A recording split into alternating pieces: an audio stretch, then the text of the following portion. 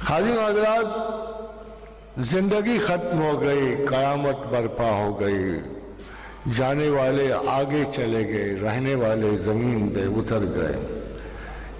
تو کسی نے پوچھا، یا رسول اللہ صلی اللہ علیہ وسلم، کیا ہم جنت میں اپنے رب کو دیکھیں گے؟ فرمایا ہاں، مگر قرآن تو کہہ رہا ہے کہ کوئی دیکھنے والی آنکھ اللہ کو نہیں دیکھ سکتی۔ فرمایا ہاں، تم اس کو ایسے دیکھو گے جیسے ابر رواں کے پیچھے چاند نظر آتا،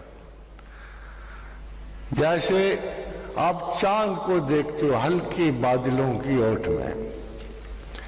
خادم حضرات، مجھے خیال آیا، اگر جوش و شوق محبت الہی بڑھ جائے اور سحاب ابر کی شکل میں آنکھیں برس پڑے، تو اس حجاب ابر کے سائے میں بھی تو آپ خدا دیکھ سکو۔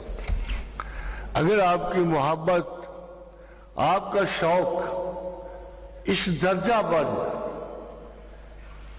کہ چیست حیات دوام سوختن ناتمام، اگر اللہ کی آرزو، اس کی طلب، اس کی ہمزائگی کی جستجو بڑھ جائے اور آپ کے دل و دماغ میں اس فراق کا احساس ہو جو اس چھوٹی سی زمینی حقیقت کا اس حقیقت مطلقہ سے ہے، اور اگر آپ کی آنکھ پہ بھی ابر کے پردے آ جائیں تو عین ممکن ہے کہ آپ اس زمین پر ہی خدا کو دیکھ لیں۔ یہ احتیاط آپ کے باطن میں جب تک موجود نہیں ہوتی، ہوا سے خمسہ سے کچھ آگے اس کا ویژن پایا جاتا ہے، ذرا سا آگے، ایسے جیسے ہم اپنے احساس میں، ادراک میں مکمل احساس ہوا رکھتے ہوں مگر دیکھ نہیں پاتے۔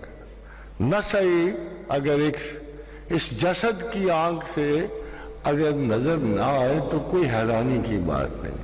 حیرانی یہ ہے کہ آپ کے وہ اپنی روح کے اضطراب میں وہ کیوں نہیں نظر آتا۔ حیرانی یہ ہے کہ آپ کو اپنی خطاؤں کے حصار میں نظر کیوں نہیں آتا، اور حیرانی یہ ہے کہ جو رگے گلو سے قریب ہے اس کو آپ اتنا دور کیوں سمجھتے ہو۔